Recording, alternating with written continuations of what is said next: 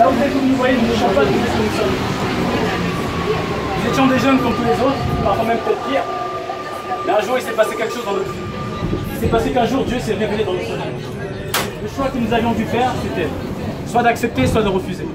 Soit d'accepter, soit de rejeter. Eh bien, nous avons choisi d'accepter. Parce que nous savions au fond de nous qu'il y avait des choses qui n'allaient pas. Nous pensions que nous étions bons, mais les actions que nous faisions démontraient le contraire. Je pense que c'est le cas de beaucoup de personnes ici.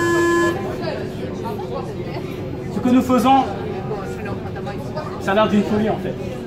Ça a l'air de quelque chose de stupide. On peut être devant notre télé en train de regarder nos séries préférées, tout ce qu'on aime. Mais en fait, ce que nous aimons le plus, c'est de parler de Dieu. Amen. Annoncer ce que Dieu a fait dans notre vie. Mesdames et messieurs, nous ne voulons pas vous annoncer une religion, parce que les religions conduisent à la guerre. Les religions conduisent à la guerre.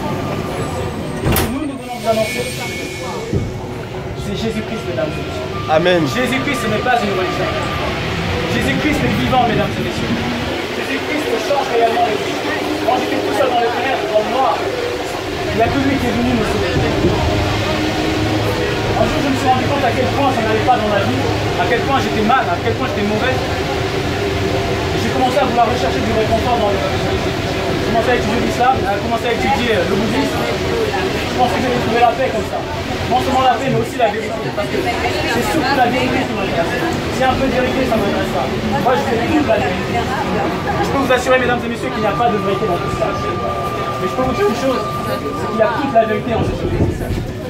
Parce que celui qui m'a visité dans ma chambre, c'était pas une illusion, c'était un Dieu réel. Et ce Dieu, il s'appelle Jésus-Christ, mesdames et messieurs.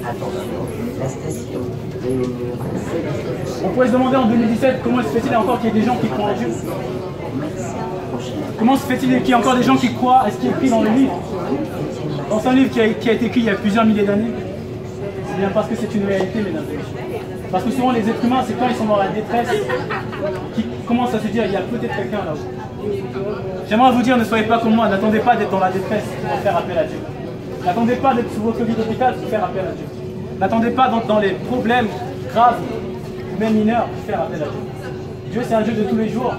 Dieu n'attend pas seulement que vous veniez à lui quand ça va mal, mais Dieu veut que vous veniez aussi à lui quand ça va bien. Parce que Dieu, c'est un Dieu de joie. Dieu, c'est un Dieu fidèle. Dieu, c'est un Dieu d'amour. Dieu, c'est un Dieu d'espérance.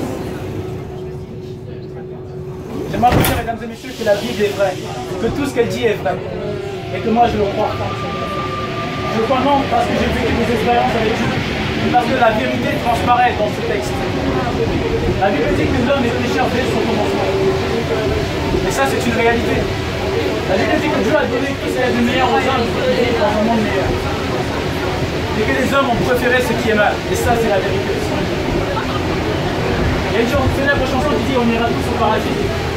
J'aimerais poser une question, est-ce que les voleurs iront au paradis? Est-ce que les agresseurs iront au paradis? Est-ce que les violeurs iront au paradis? Est-ce que les assassins iront au paradis? Le paradis est un lieu saint où Dieu se trouve.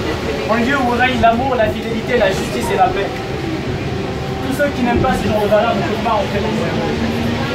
Et tous ceux qui savent qu'au fond d'eux, ils ont fait ce qui est mal, ils ont transgressé les lois de Dieu. Alors ils savent qu'ils ont besoin de quelqu'un, ils savent qu'ils ont besoin d'un sauveur. Et j'aimerais vous dire qu'il y a une bonne nouvelle, il y a un sauveur. Et ce sauveur, c'est Jésus-Christ. Christ en hébreu, c'est Mashiach, qui signifie celui qui a été oint. C'est le roi qui avait été oint. Et ce roi oint, c'est Jésus-Christ. Jésus-Christ est venu payer le prix pour chacun d'entre nous, afin que nous puissions être trouvés dignes d'entrer dans le royaume. Et sans son sacrifice, aucun de nous n'est digne d'entrer dans le royaume. Voilà la bonne nouvelle qu'il a donnée. Cette bonne nouvelle, Dieu a demandé qu'elle soit prêchée dans le monde entier et aujourd'hui elle est. Aujourd'hui Dieu vient vous trouver dans le métro. Mais Dieu n'est pas un dictateur. Dieu donne le libre arbitre au choix. Ce choix vous appartient. J'aimerais juste vous dire, n'attendez pas qu'il soit trop tard pour faire le bon choix. Parce qu'après cette vie, il y a une autre vie qui vous attend. La question c'est, quelle vie allez-vous choisir? Une vie dans la présence de Dieu ou une vie loin de Dieu? C'est ici que ça commence, mesdames et messieurs. Je vous souhaite à tous une très bonne soirée, vraiment que Dieu vous bénisse. Et surtout, j'aimerais vraiment que vous puissiez repenser à ça. N'attendez pas comment votre la détresse pour faire appel à Dieu. Soyez tous bénis, mesdames et messieurs, au nom de Jésus. Amen.